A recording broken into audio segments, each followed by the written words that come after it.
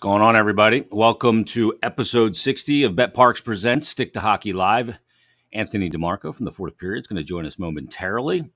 I was just thinking about this today, thinking about the Bet Parks app, and I'm going, I can't wait for Tone's Takes to come back on to give us some NHL plays on the Bet Parks app. Ooh, it's not that far away. I'm ready to go. Let's get it started.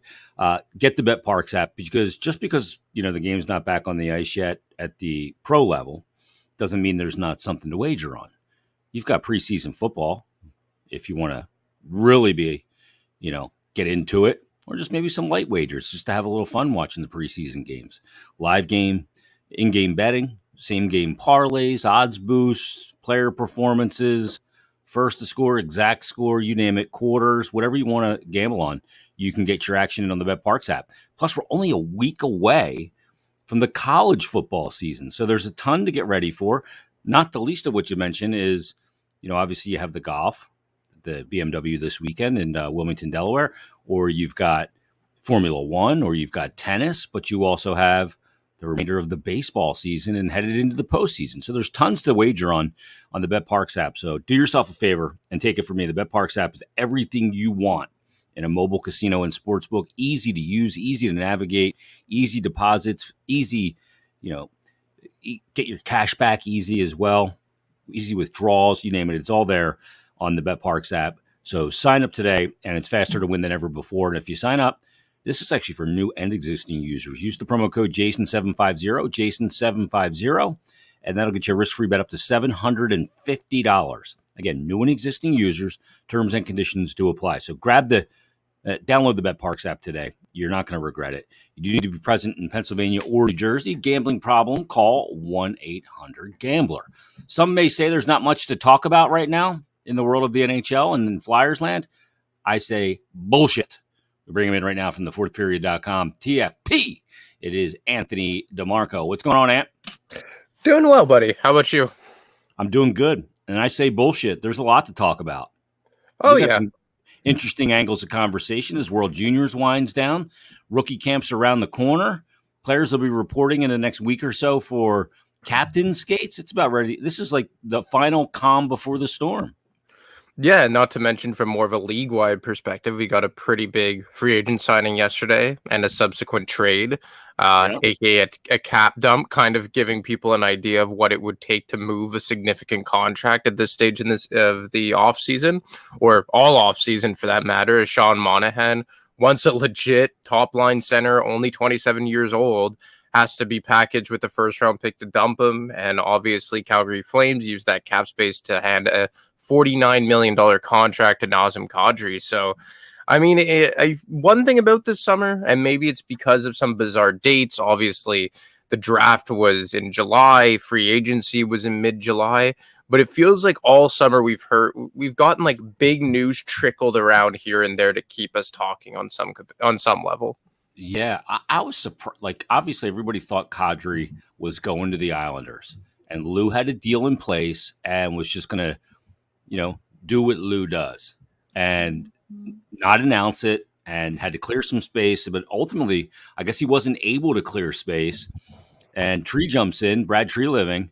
What an offseason for Calgary. It's such a bizarre situation because they lose Gaudreau after a 115-point season. Tkachuk is gone. He's in Florida. They get Huberdeau. They get Weegar. They get now Nazem Kadri. I mean, they replaced what they lost, and they may be a better team, not long-term, but right now, than they were the one that finished the season. Oh, my girlfriend just made a cameo, but yeah, but I agree. Honestly, like at this stage, obviously this is like incredibly premature, but I would say like Tree Living's an early candidate for GM of the year. Like the fact that he was able to basically get kicked in the pills, losing his two best forwards, and come out with a roster to what you said is arguably better in the immediate future is insane. And they discussed this yesterday on TSN 1050 radio. Their host Brian Hayes said this almost verbatim, that instead of tripping over their lip and saying, oh, woe is me, poor us, no one wants to play in Calgary, they just absolutely refused to acknowledge that and accept that. And look, is Nazem Kadri going to be worth $7 million all the way until he's 39 when he's locked up? No. Is Jonathan Huberdeau going to be worth $10.5 million in 4 or 5 years from now when he's in his mid-30s? No. But the thing is that this is a team in a win now window. You have a top 5 goaltender in the NHL. You have a top 3 defensive center in the NHL in Elias Lindholm. You have arguably the best and deepest defense in the entire NHL. You have a rising up-and-coming player like a guy like Andre Mangiapane. And this wasn't a time to really just play the woe is me card and like just get, basically they had a free pass to take a year or two back. Like if you're Brad Treliving and you go to your owner, fans would have understood it. And if you're transparent, you go to your ownership. I believe their primary owner up there is Murray Edwards.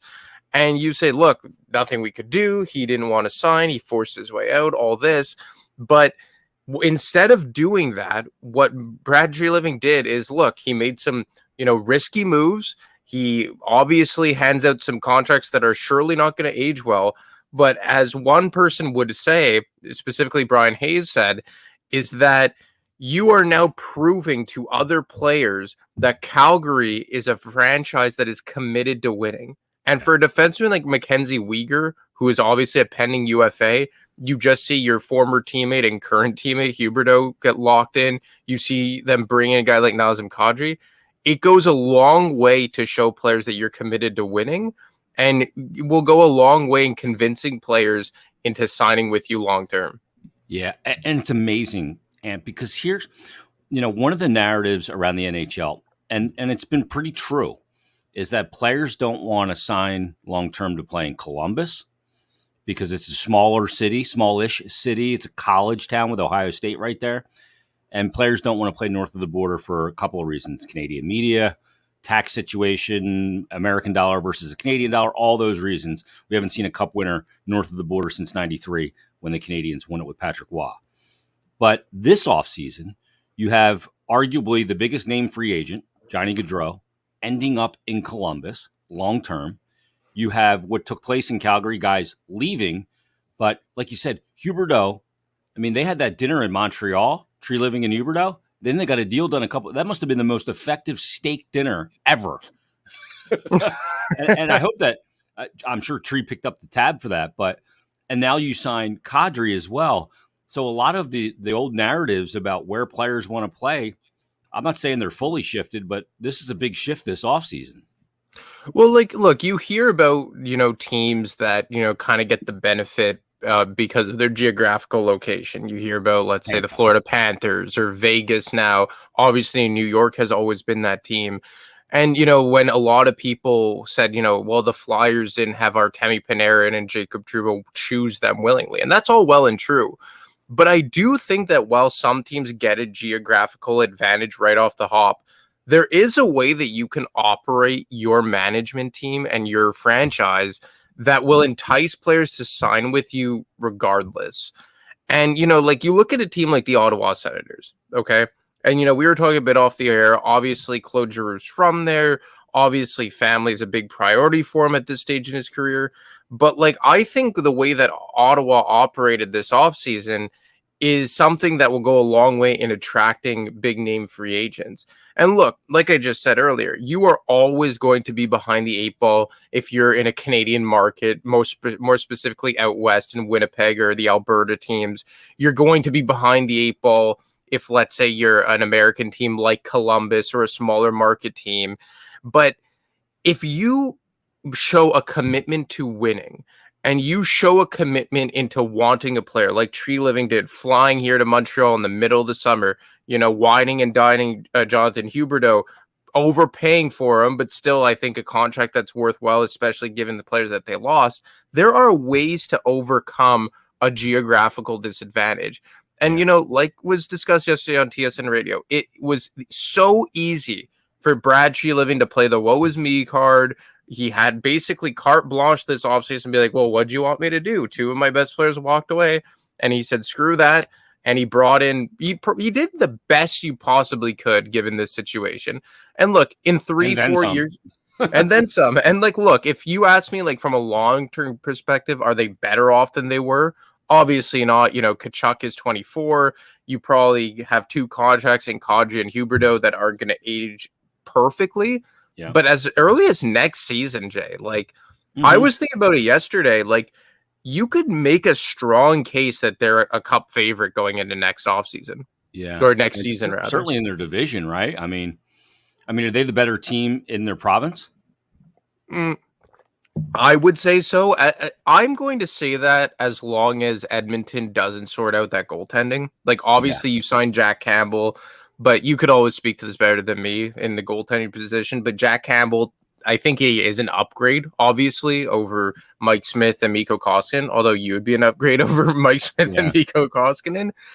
But I would say so because you look at the defense, they don't have that stud number 1 guy, but you have a lot of very good number 2s and 3s with Hannafin and Tanev and Shillington and Anderson. Mackenzie Weegar is now going to be playing somewhere in there. You can make the case he's their best defenseman right away.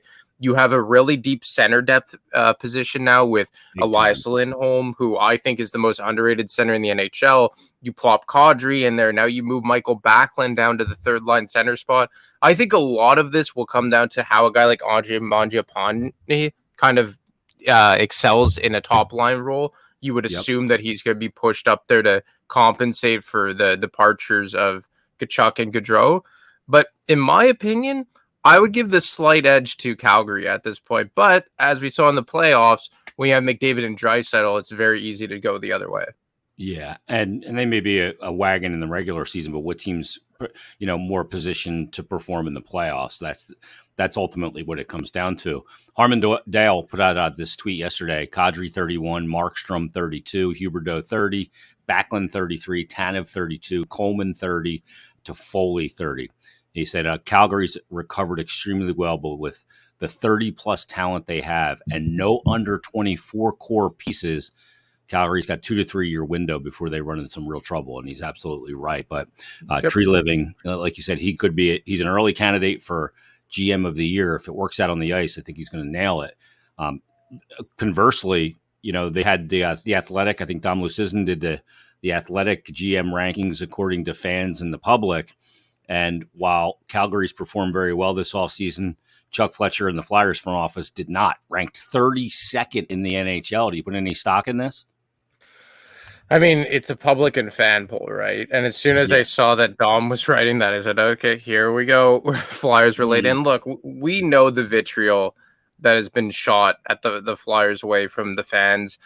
Frank Saravelli talked about on his podcast a few weeks ago about how he has not seen this much vitriol towards the Flyers front office probably ever. And Frank's been around the Flyers beat for how long now? Almost 20 years? Yeah. And I mean, people have completely turned on Chuck Fletcher. I'm not going to blame them. Obviously, I don't think he is as doom and gloom as maybe some people have made it out to be. But from a fan and public perspective, I don't think it's surprising at all that people absolutely hate this guy. And it's gotten to the point now where when any move is made in the NHL, everyone has to just kick rocks at Chuck Fletcher. Yeah. Like Monahan gets traded with the first round pick attached to him. People start saying, oh, well, that's what it takes to win and move money, commitment to winning. You sign on some Kadri. Oh, well, that's what you have to do. Like, who cares how it'll look at the end? Because basically what Calgary did was exactly what Chuck Fletcher would have had to do had he wanted to sign Johnny Gaudreau, right? Like maybe on a smaller scale. Yeah, it's exactly the same concept. Like right down to the final transaction yesterday of moving a big contract to bring in a big name free agent. And look, I think that Calgary is much closer to winning than the Philadelphia Flyers are. But from that fan perspective or that poll from the public, I mean, I wasn't surprised at all that they came in 32nd. How about you? No, I wasn't surprised either. A lot of times, you look at it and these polls and the reaction and the way you answer them is based on this exact moment. It's based on the here and now. It's not based on projections going forward or anything like that. And that's just the way it is. Like, that's how you live as sports fans. You live in the moment a lot of times. And it's easy to say tear it down and rebuild, and that's how they look at the future. But in the moment, they're pissed, and rightfully so. and the way it's gone and what was communicated and what took place are two different things. So I get why, fans are hurt. They're wounded by what's taken place and where they are right now. And, this season is going to be so paramount to what the next 5 seasons are going to look like. Chuck is a guy that a couple of years ago, nobody would have said a bad word about him. When he hires AV and he goes out and makes the Gudis deal with Niskanen, and he goes out and he makes the deal to get Pitlick with Ryan Hartman, and he brings in Kevin Hayes, and it all works even without Nolan Patrick around that entire season. Mm-hmm. But things change quickly in hockey. And, there's been some bad decisions, and there's been some circumstance and things in his control and things out of his control.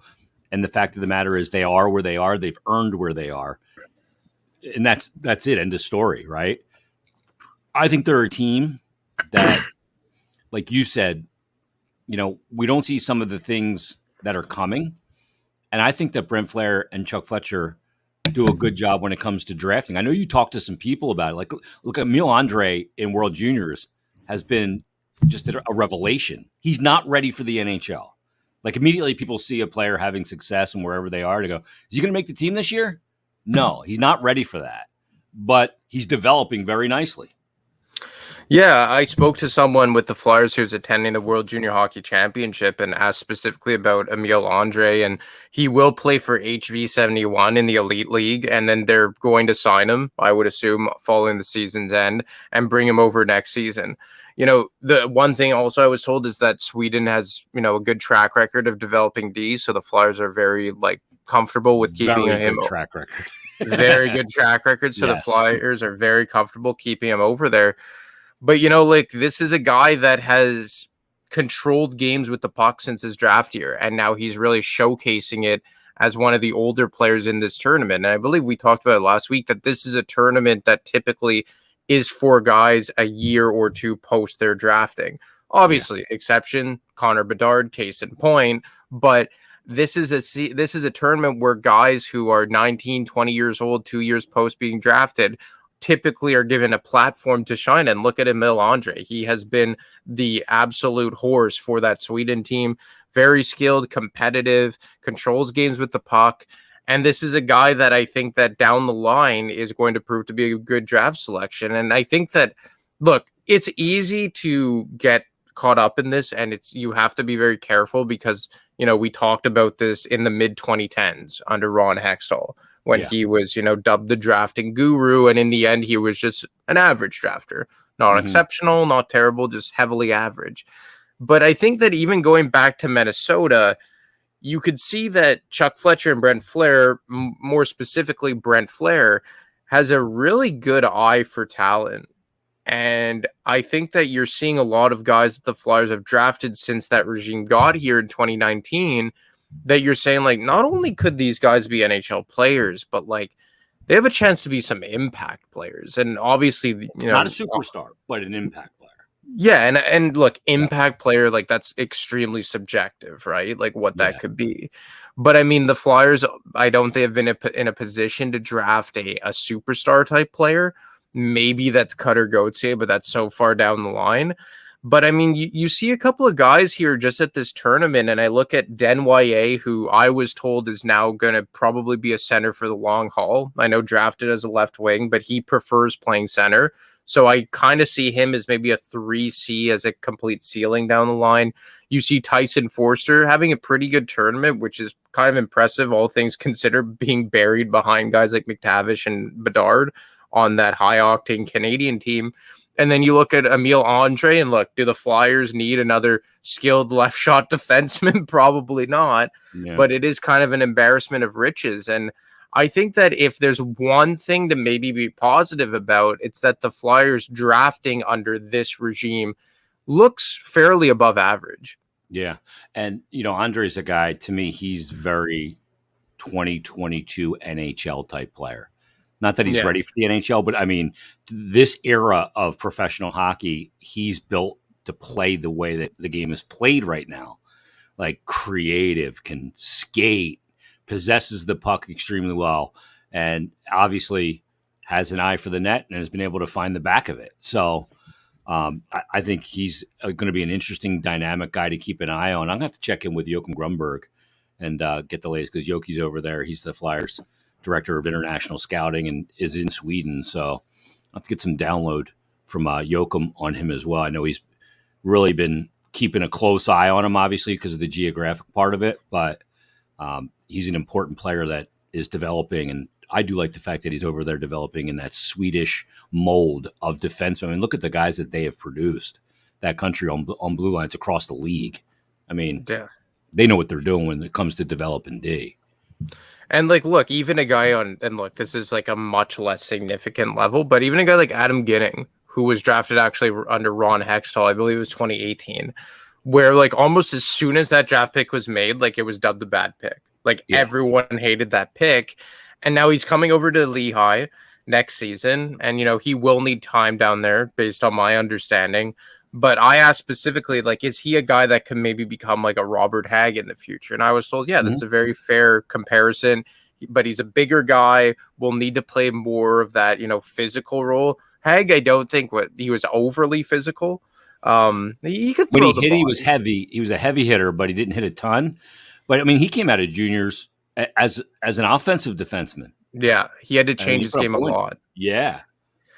And I think maybe that would benefit Ginning, that, he's always kind of been that bigger body as opposed to Hagg. Like, I remember when they drafted Hagg, what was it, 2013, I think he was drafted? Yeah, around there. Like, I think he was in the Morin year, if I'm not mistaken. And I remember, like, people telling me, like, oh, yeah, like, he could run a power play, he jumps up in the rush, and then he came over to North America. And he had to completely change his game in order to become an everyday NHLer. As opposed to Ginning, I think he's always kind of been that stay-at-home, big, rugged, and tough guy. If he could learn to play the right side, that'd be fantastic. It would be nice if some guys could play the right. Although I guess Ronnie Attard kind of checks that box. But yeah, I just think that the Flyers have, and look, this is a Ron Hextall pick, so credit to him. But I think the Flyers, especially on defense, like it seems like they kind of have like a never-ending wave of guys who theoretically seem to be have NHL at least caliber ceilings, not to say superstars, but can play everyday minutes. Like even a guy like Igor Zamula. Like I think if Igor Zamula put on 15, 20 pounds of muscle mass, he would be in the NHL this year. Yeah, and he had that sickness that sucked 20 pounds right off him last year. And that didn't help. Now he's got to almost start from scratch about putting weight and muscle back on. Because even last year in his short stint with the Flyers, like I think he played fairly well. Like I think his underlying numbers were well. The only defenseman that I saw last year who came up and just looked like complete ass, and I don't want to be mean, but was Hogberg. Hogberg was a guy that scored a goal. Yeah, he scored a goal, but he was not a guy that looked good. He's an AHL player. Yeah, which is fine. You need those guys. But you look at guys like Attard and Ginning and Zamula who are in the AHL, and then you look at Andre, who is going to go back over to Sweden. I know that they've been high on a guy like Brian Zanetti, who plays for Peterborough, I think, in the Ontario League. Yeah, in the Petes. Yep. Yeah, they have some good, and he's a guy that also battled injuries this year. But like, look, he's they're in good hands, I think. Obviously, you would want a guy like Provorov to step up as that true number one guy. But I mean, it certainly gives you options, especially with a guy like Travis Sanheim entering a contract here. Big time. That's exactly where I was going to go with it, because we're still in this pseudo flat cap world. If you can fill that role, maybe not to the same degree, but to a close degree for that second pairing left side guy that can provide you offensive bursts, get into create some offense, jump up in the rush, then and that you're not paying. That you're paying on an ELC, it allows you to spend in other places. And if Sanheim has a really good season, he's going to get paid, And if you're out of it and you're not trending toward a playoff team, and a lot of, I'm not even talking about playoffs yet because I think it's way too, I can't even come near that prediction right now. But when you look at it and go, okay, you might be able to get a number one for him at the deadline and have another, bite at the apple in the 2023 draft. In the first round. Me, especially if you would extend with the team you traded him to. Well, like Sanheim's a guy that, I've kind of asked about if there's been any contract talks with him. Haven't really gotten a straight answer. the Flyers sometimes come out of left field with extensions, kind of like with Couturier last year. I think it was around this time that they announced his contract extension. Yeah. But like maybe it could save you a couple $100,000, maybe $500,000. But I find like if you were to extend Sanheim right now, like it would really tie your hands in a lot of ways. Because I feel like you'd almost be tipping your cap that he's the guy you're going with over Ivan Provorov, as opposed to if you leave Sanheim unsigned and a pending UFA. And like you said, I think if you get to the deadline and he's a pending UFA and he's having a season similar to last year, people are going to have a lot of intrigue on a guy like Travis Sanheim. And look, I look at Sanheim, like he's played very well over the last 18 months or so. Last year was obviously an incredible year for him. You can make the case he was the team MVP, I think, in a lot of ways. Agreed. But like he's a guy that I think that, and you've said this numerous times, like they've unlocked him as a solid 5-on-5 number 3-ish type of guy. I think on a cup team, he's like the anchor on your second pair. And, I look at a guy like Sanheim, like 6.5 million is kind of what he screams to me. Like anything more than 6.5. Yeah, something like that. Or maybe you go max term 8 years at 6 to bring the overall value down, or the AAV rather. That's where I see him. I don't think he's a top pair guy. That's just me. 7x7 on the free agent market, though. If he, pending who goes to market, and if he has another good year, he could be a 7x7 guy. Is he a guy that you would be comfortable with playing on your top pair? No, it's not a top pair for me. I don't see him in that role. I think he's right in there as a super good second pairing left side guy that you can get him some matchups that aren't quite as taxing defensively, because I think if you put him on a top pair, then you're taking something away from his ability to join the rush and get up the ice, because it's more defending than it would be in some of the matchups that he'll get. But to me, I go into this year, I don't sign him. I go into this year and I gain some knowledge under Tortorella on Provorov and Sanheim. And if I am out of it, one thing that I've been critical of Chuck on too is, signing guys when they're expiring, when your season is in tatters. Now, I was for signing Lawton in that situation because I thought the cost for replacement would have been far more than what they paid him. And we didn't know at that time that the following season was going to go in tatters as well. We thought maybe they could rebound and be more like the team from 1920 coming off a shortened bad season. That wasn't the case, obviously. But then Ristolainen, I would have traded him at the deadline because I think you could have got value for Ristolainen for one of those playoff teams. And look, you can always re-sign the guy. If you want to sign, you can go into free agency and re-sign him. It's less likely, obviously, but you still can. So I would go into the season weighing my options. And because of what you said before, too, there's a lot of depth in the system for defensemen and left side defensemen. And one of the guys that's not a left side that you mentioned too is Adard, who showed me flashes of a guy that I think is an NHL player. I mean, you saw some of the ability to defend. You saw a lot of mistakes. I mean, he had a -4 or maybe even a -5 in a game. But he rebounded from it. And we saw some of that offensive ability. Like the goal he scored on Jack Campbell. You remember that goal where he goes short side, bar down? I mean, that was absurd. That shot going down the right side and just wired one. And I remember talking to him after. I said, Ronnie, I didn't see that coming. And I guarantee Jack Campbell, after you scored that, was like, I didn't think he could do that. Like that was a snipe. And it was unbelievable. So we're going to get to the 5 most compelling storylines. We're going to count them down from 5 to 1. But before we get to that, you sent me this tweet. And naturally, I'm going to have an opinion on it. It comes from Mitch Gallo.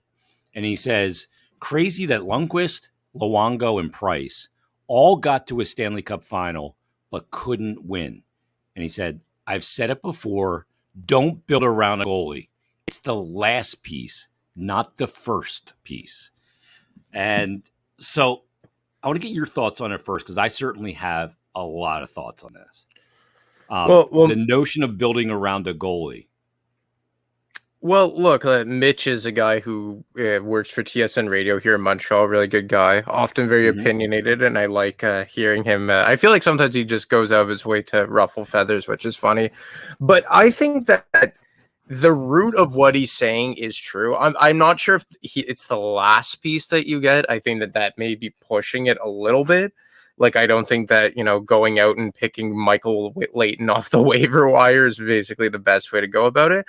But I do agree that building your entire philosophy around a goalie is something that's dangerous because of the examples he's given, like Montreal did with Price, Vancouver did with Luongo, the Rangers did with Lundqvist. And I think there's a difference by saying that like your goal, like building your entire team around a goalie as opposed to your goalie ultimately being your best player. Because we've seen over the last decade how many times the goalie was the main catalyst in a cup victory. Quick in LA, Thomas in 2011 with Boston, Vasilevsky in the back-to-back years, arguably Jordan Binnington. All these guys were, Conn Smythe winners, Binnington not so much, but he certainly got them to where they needed to be, especially after Jake Allen was so inconsistent.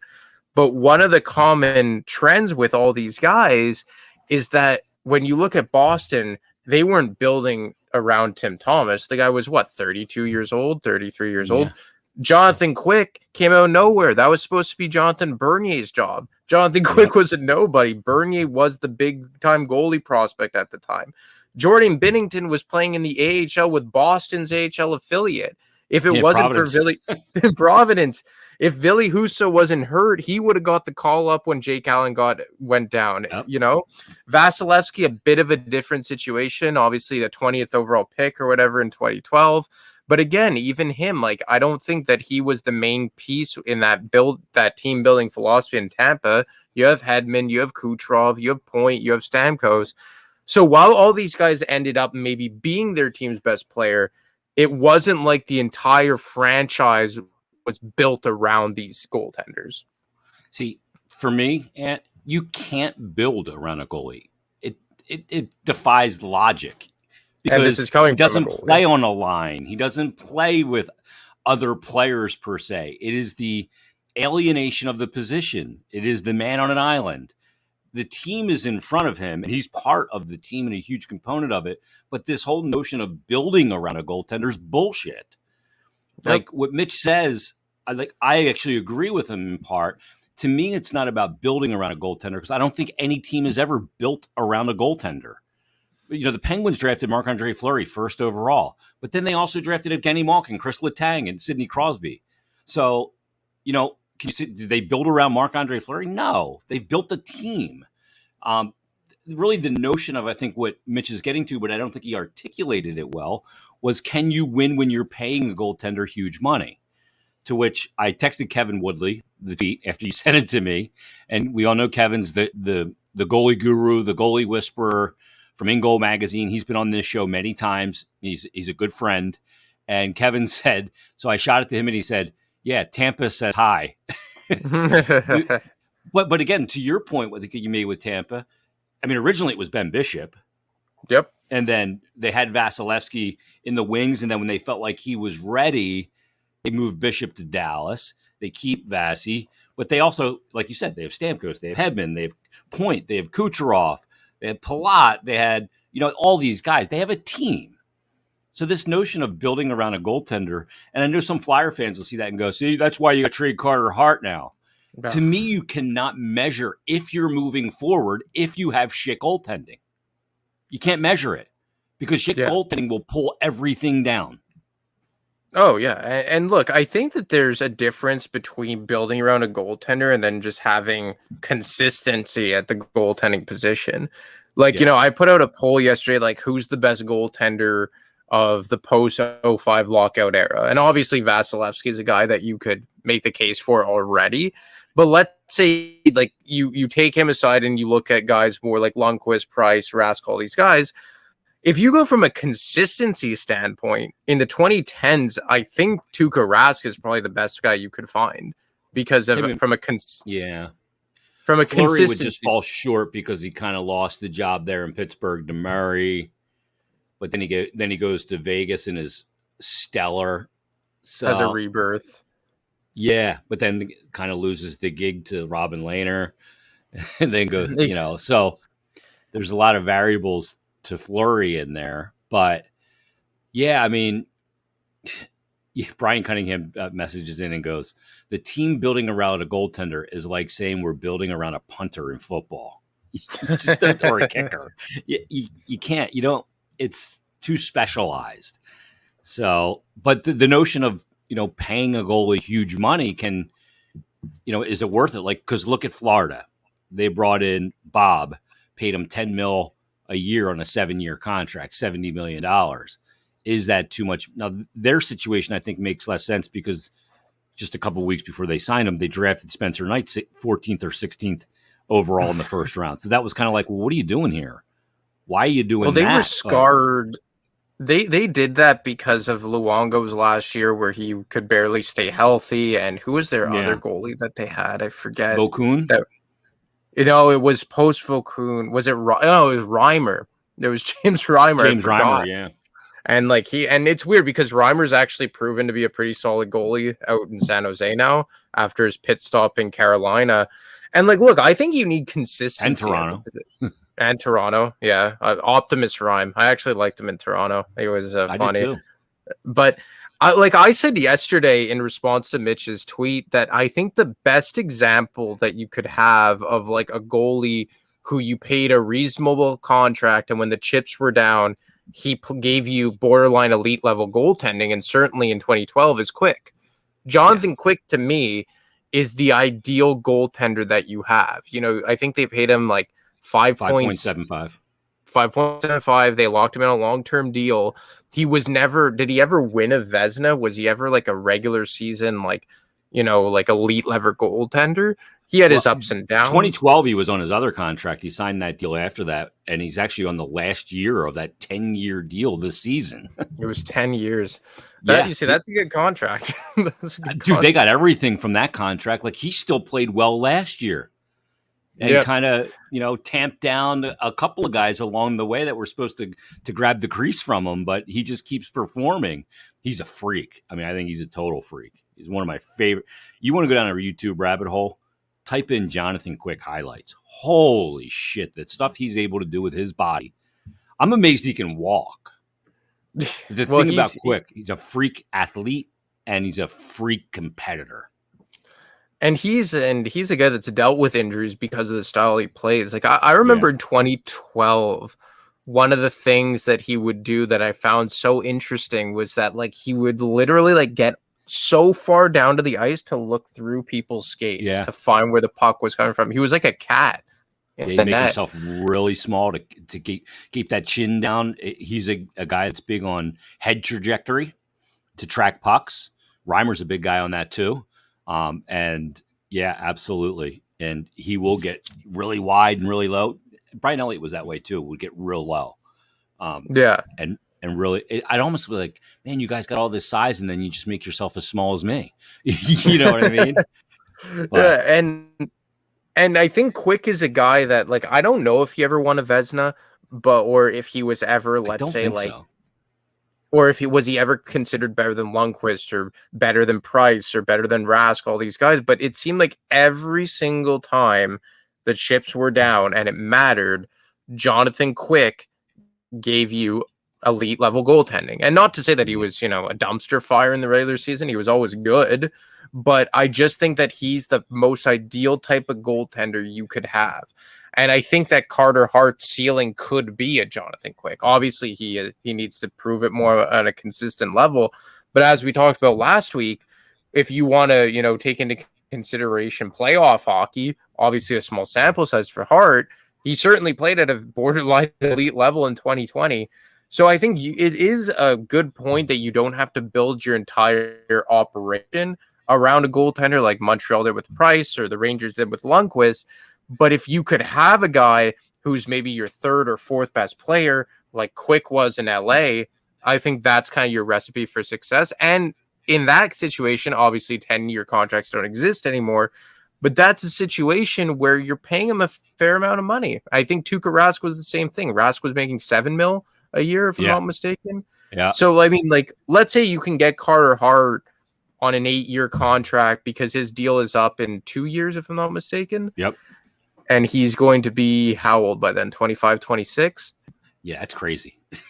And I mean, I guess that you're ideally, like, depending on where the cap is, 8 years in between $7 and $8 million, I would assume is where, but you're also, when I say this, you're also assuming that his development kind of stays linear. Like, you think he's going to get better, right?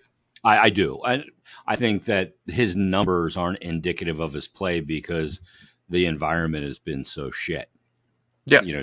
It just hasn't been good for a litany of reasons. Quick from 2010 through the 2017 and 18 season. This is from 25 years of age to 32, which is goalie prime, right? 437 games played, a record of 232, 151, and 47. His save percentage is .919 and a .221 goals against average and 41 goose eggs. I mean, he's been in the Vezina conversation a few times. He was second in the Vezina after the 2011-12 season. So he had a great regular season before that first cup, too. Okay. Fifth in the Vezina in 13-14, seventh in the following season, third in Vezina in 15-16, and then was ninth in Vezina 2017-18. But he's never won a Vezina. He did win. No, he did not win the Calder. He's been an All-Star 1, 2, 3, 4, 5, 6 times, including last year, which is bananas. So I think it's a good point. And, I would rather not pay my goaltender big money so I can pay more money up front and allocate it. But without it, you're going nowhere. And frankly, Montreal would have never got to a cup final if it wasn't for Carey Price. Frankly, he's the only reason. Yeah, I mean, the Rangers would not have gotten to that final without Lundqvist. They had a chance because they had that goaltender. So that's the deal. Let's get to the top 5. My biggest, most compelling 5 storylines heading into the season. All right, Ant? We'll start with number 5. And to me, number 5 is the young guys. It's Frost, it's Tippett, it's York, it's Cates. It's those guys and what they're able to do this year in development. Does Frost have that breakout, legit NHL center season? Does Tippett also become a more prolific goal scorer at the NHL level with opportunity and consistency and maybe playing alongside Frost? York, he's going to be on that third pair. Does he take that next step forward? And does that impact the Sanheim situation? And then I love Noah Cates. I had Jackson Cates on the podcast today for Flyers Daily. And I asked Jackson, I said, the way you and your brother play, to me, it's like very responsible. Your dad must have been a coach, and their dad was their coach until they played through Bantam. And you can tell when dad's the coach because you have responsible play in all zones. Yeah, no, I agree 100% about the young players. And, I talked about it with Dan on Brotherly Pod last week. And, he had said that his biggest positive for this season would be if all these young guys took a step forward. And you're looking at those types of players. Maybe later on in the season, a Bobby Brink could, come back from Dan on something. Hallelujah! Write that down. That's breaking news. I agree with Dan, the Flyer fan, on something. And, you have Bobby Brink that maybe could come back from injury and, I carve out a job more consistently. You have a guy like Wade Allison, still unsigned, I'll say, but I can't imagine he has all that much leverage. Tyson Forster, I know that he's going to need some time down in Lehigh coming back from injury, but he's done well. But I think that those are Lazinski always, and, is it not shit or get off the pot time for Tanner Lazinski? Yeah, he just needs to stay healthy.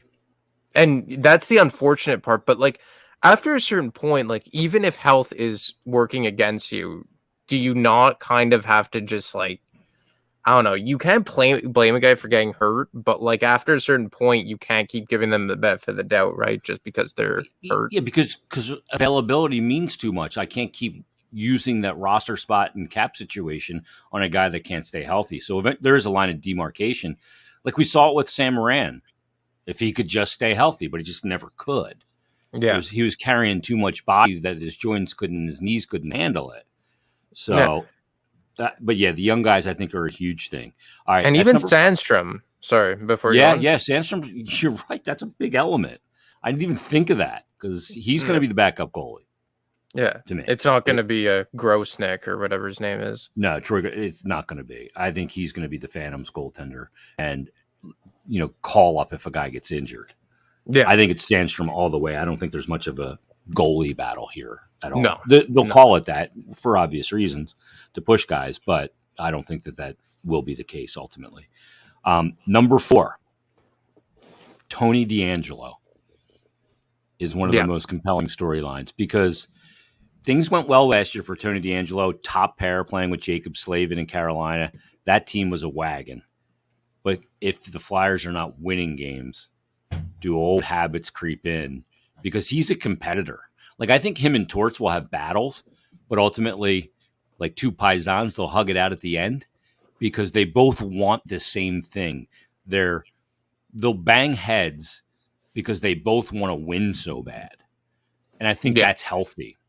But, how is that going to work out, that dynamic of DeAngelo if Flyers are not winning games like he did? It's easy to be happy when you're winning games. Winning fixes everything in sports. It's the ultimate deodorant. And then to take it a step further, what's the dynamic of the relationship between Tony DeAngelo and Ivan Provorov, assuming Ellis is not healthy? Well, that's the big question mark, right? Like, he was brought in to theoretically finally stabilize Ivan Provorov's right side. Yeah. And, from an on-ice perspective, he's a guy that is probably the biggest X factor for the Flyers this season. Because if he comes in and he gels with Provorov and he could play even to, let's say, 90% of the level he played to last year, including what he can do on the power play, it's going to make a huge difference. Like, this is a defense for me that they will defend less. They will defend less. I find they have very good puck movers. Like, the only guy who really can't be trusted to get the puck out of the zone is probably Justin Braun, and he's going to be playing as your number 6. So that's not something that scares me at all. And Tony DeAngelo, he's playing with a puck mover in New York. Exactly. And, he's going to have a much more reduced role this year than he has ever since coming to Philadelphia, or now in his return to Philadelphia. And I think that the Flyers defense has a potential to have a really high ceiling here. I know everyone's down on Provorov. I know everyone hates Rasmus Ristolainen, but I'm curious to see how Ristolainen will do with more minutes pushed down. I'm curious to see how Provorov will do with a legit top pairing caliber partner. I said it last week. I won't go down that hole again, but I think that Provorov at his best in 1920 played on a similar par or in a similar tier as Jacob Slavin. Maybe not as good, but in that tier. And I think that Provorov is a guy that historically, like I've said, when he has a partner that he thinks, can help him and is playing on a hockey team that's playing meaningful games, he will always elevate his play. And look, DeAngelo, from an off-ice perspective, obviously there's a lot of things that could go sideways with Torts or if the season goes off the rails. But from an on-ice perspective, I think he's probably the biggest X factor this year. Yeah, I think it's a huge one. I totally agree with you. Number 3, biggest storyline for me, most compelling storyline heading into the season is the return of Sean Couturier. While Tony DeAngelo is a huge X factor, Sean Couturier in year number 1 of an 8-year deal, coming back from back surgery, I don't have much, worry about him. There's a little. And he's so important to the team. To me, he's their most important player and has been for a number of seasons. And not necessarily their best player over the last couple of seasons, but most important player because of what he does at all zones. The 200 by 85, Sean Couturier's return is a huge storyline for me heading into the season. Yeah, coming off of back surgery, hasn't played since December of last year. And another thing is this is the first time we're going to see Sean Couturier in a top line role where he doesn't really have Claude Giroux on his wing. And now that's not for me to say that Giroux carried him, but I'm curious to see how his offensive game will play out without Claude Giroux on his left side. Assumingly he's going to start the year on that top with Travis Konechny or Cam Atkinson. the left side really up for grabs with Joel Farabee out. Will it be Lawton? Will it be Kate? Will it be JVR? We don't really know. But I mean, if Sean Couturier can't get to even close to where he was in, let's say, 1920 or 2021, this team won't really have that much of a hope in hell, right? And I'm just curious to see. I have no doubt that even with the injury, his defensive game will still be at an elite level. I'm just very curious to see how his offensive game is, especially at 5-on-5. Like I've said it numerous times that I would not force feed him power play minutes. I would assume that he will start on the first power play unit. I'm not sure if I would go there just because you want to save his minutes for 5-on-5 primarily. But I think that his 5-on-5 offense is the biggest question mark for me. And not so much a question mark, just an intriguing thing going into this season. Yeah, he to me, very important player, and we'll see what he yields this season. Number 2, top 5 most compelling storylines heading into the 22-23 season. How about the Provorov-Sanheim dilemma? We talked about it earlier, and we talked about the depth at the left side. But to me, this is going to be something that's going to be incredibly compelling throughout the season. What does Provorov and Sanheim do under Tortorella? Because ultimately that'll determine who's here long-term. One, both, neither. We have no idea. But to me, that's a big, big storyline. And just shoring up the defense and the D-zone structure, those two guys are incredibly important to that because of the trickle-down effect and the effect it'll have on the goaltender as well. Yeah, no, and this is a big season for both these guys, and I would say that it's damn near impossible that both these guys are on the roster in 23-24 just because of the organizational depth and the salary cap. And Dan and I kind of ran through it last week on Brotherly Pod that if you move on from, let's say, Sanheim, or you move on from Provorov and give Sanheim Provorov's money or close to it, you're going to have about $16-17 million in cap space. And, with guys like York, with guys like Zamula, with guys like Andre, I think they can afford to do that. Yeah. And look, I think that based on the last 18 months, Sanheim's probably in the driver's seat, probably a bit more ahead of the 8 ball. But if you ask me, I think Provorov's ceiling is much higher. I think that at their best, Provorov is the better defenseman. I think that his contract situation is more favorable. I know a lot of people say that Provorov is paid to be an elite level 1 and this and that. He's really not. If you look at it, if you look at his 3 most comparable contracts, pure cap friendly, it's Esa Lindell, it's Josh Morrissey, and it's Matt Dumba. And to me, those are all, if you ask me, like solid number 2s in the NHL. In the case of Matt Dumba, maybe more of a number 3 playing behind Brodin and Spurgeon. But he's paid as a very good number 2 defenseman. And maybe that's what he is. Maybe that's what he is. I think he's more of a low-end 1. But, I mean, now you're kind of splitting hairs. But as opposed to Travis Sanheim, that we said he's more of a second-pair guy. Elite level number 3. I think Provorov's contract situation gives him a bit more of an edge and more of an attraction for the Flyers to keep him, as opposed to Sanheim that's going to be due a new long-term deal and is a year older than Provorov. We can't discount that completely. But either way, I think that one of these two guys won't be here probably come the trade deadline, and maybe by some grace of God, if they're in the playoffs, probably by the draft. Yeah, I would agree with that. And it's going to be another one of those real big storylines heading into this season. And, with all those guys that they have in the pipeline on the left side, it could make one of those guys expendable, but you got to be careful. You got to get this right. As of right now, got to get it right. As of right now, which way do you lean? I think that the way I'm leaning, and this is obviously is based on no knowledge of who's going to perform with Torts. Yeah. But to me, it's Sanheim's the UFA. Sanheim's the guy on an expiring deal that could get you a number 1 pick in next year's draft. So to me, it's more likely that Sanheim is gone. But I can't discount the fact, Provorov was salty at the end of that season last year. He's got to have self-accountability or else that ain't going to wash with Torts either. Yeah. So if that's not there, then Sanheim gets extended and Provorov gets moved. It's just the fact of the matter. The number 1 storyline heading into the 22-23 season, it's real simple. It's 5 letters. It's TORTS. It's Torts. He is the most compelling storyline because not only is he a huge personality, a coach that's had a lot of success. But in my opinion, he's just what the doctor ordered for an organization that's lost its way, that's lost its DNA and its identity. And he's a guy I think that can bring that back. The task will not be easy. It's not a guarantee that he will. But to me, that's the biggest storyline heading into this season is Torts and the weeding out process. That's the biggest storyline going into the year. He's pretty much the face of the franchise this year, is he not? And I think so.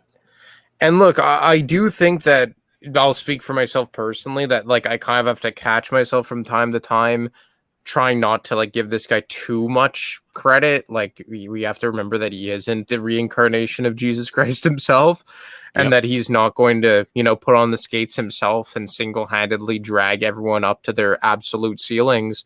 But he's a guy that I think, although most people universally hate the way this offseason went, I think everyone can kind of agree that he's someone that everyone is excited about. And that most people, even outside the Philadelphia market, think will do a good job here, and someone that they think that the Flyers needed. I said it before. I think he's a guy that will finish out his contract in Philadelphia. I don't see him being fired in the immediate future. I think he's a coach that, for the first time in a while, has carte blanche with these players.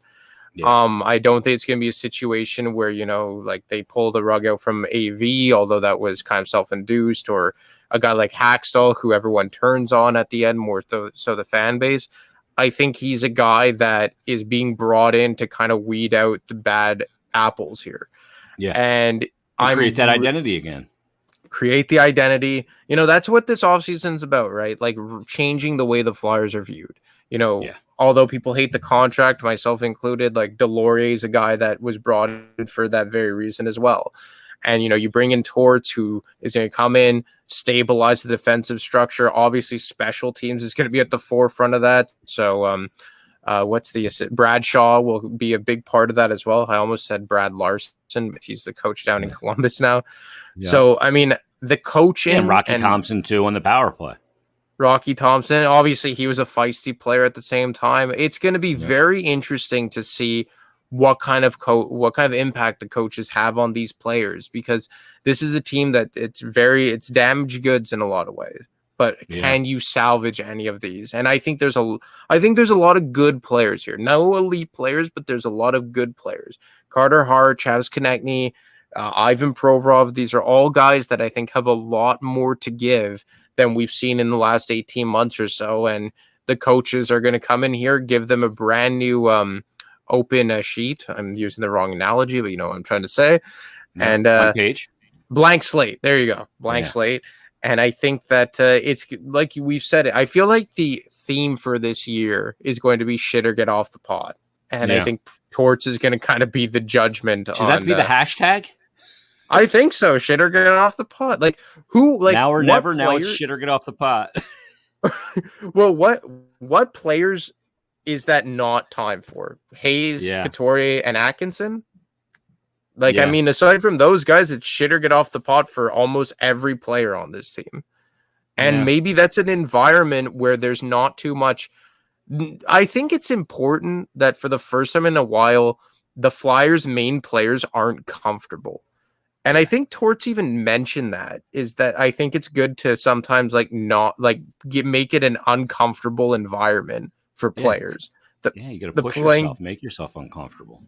And look, and this is not to throw shade at guys like G or Simmons or Voracek, but I think that those guys were in very comfortable positions since 2014, where they knew, and look, they were good players more times than not. Like Simmons, 30-goal guy. Giroux was amazing, specifically 17-18. Voracek, always good for 65, 70 points, but they knew no matter what, they were always coming back. And get power play time, and they were, I agree. It was like, anyone could be the coach, and you knew that Voracek was on one side, Giroux was on the other, and Simmons was in front of the net. You knew that was the power play that Lavi kind of put into place 11 years ago. But I think for the first time in a long time, since early Peter Laviolette days, there's a lot of uncertainty for a lot of main players on this team. And I think that uncomfortable environment, that environment of saying like, shit, like, am I going to be here next year? Is my spot secured? Like Sanheim and Provorov on the left side because of the organizational depth, like Travis Konechny on the right wing because of the organizational depth, like Morgan Frost because maybe he sees a guy like Elliot Denwye playing center for the juniors and Cutter Goatsy being drafted. Maybe now these guys are going to be like, okay, like I have to come back. I have to play well this season, or maybe I'm not going to get another second chance. Yeah, I agree. Yeah, it's torts, and I can't wait for it all to get started. All right, we're going to wrap it up, Ant. Great job, as always, fourthperiod.com. Read Ant's stuff there with tfp.com. Looking forward to it next week, man. We'll rank her up once again. Thanks for doing this, and we'll talk next week. Take it easy, man. Enjoy your weekend. There he is, Anthony DiMarco from the fourthperiod.com. Great stuff from him, as always. And another fun-filled episode 60 of Bet Parks Presents Stick to Hockey Live. Oh, I can't wait for the season. We're going to announce something coming up in the next couple of weeks, too. We're going to expand our coverage for Stick to Hockey Live. So look forward to announcing that. I'm not going to give you all the details right yet, but we will give them to you eventually. And I got to tell you about Bet Parks because, like I said in the beginning of the episode, I can't wait for Tone States to come back on to give us some hockey plays. It's not that far off, and Bet Parks is the app to get all your action in, not just on hockey. You can get it in on football, preseason football, college football next week will kick off. You've got the remainder of the baseball season and then the playoffs. You can have player performances you can bet on. How about same game parlays, live in-game betting, odds boosts, you name it. It's all there. First to score, exact score, so many things to bet on. And you got to check it out on the Bet Parks app because it's simple to use, easy to navigate, faster to win than ever before. So download the Bet Parks app today and take it from me. You're not going to regret it. You're going to love it. Love it. Easy deposit methods, fast payouts, you name it, all there on the Bet Parks app. And new existing users right now, if you use the promo code JASON750, JASON 750, that'll get you a risk-free bet up to $750. Some of these other places, yeah, they go like risk-free bet up to $50 or $100, even $500. Nobody is going up to $750 on a risk-free bet. So again, the promo code is JASON750. Terms and conditions do apply. Download the BetParks app today. You need to be present in Pennsylvania or New Jersey. Gambling problem? Call 1-800-GAMBLER. All right, we'll be back next week for another brand new episode of BetParks Presents Stick to Hockey Live. In the meantime, everybody, enjoy your weekend. Enjoy the week. We'll talk to you next week on a brand new episode of BetParks Presents Stick to Hockey Live. Have a great week, everybody.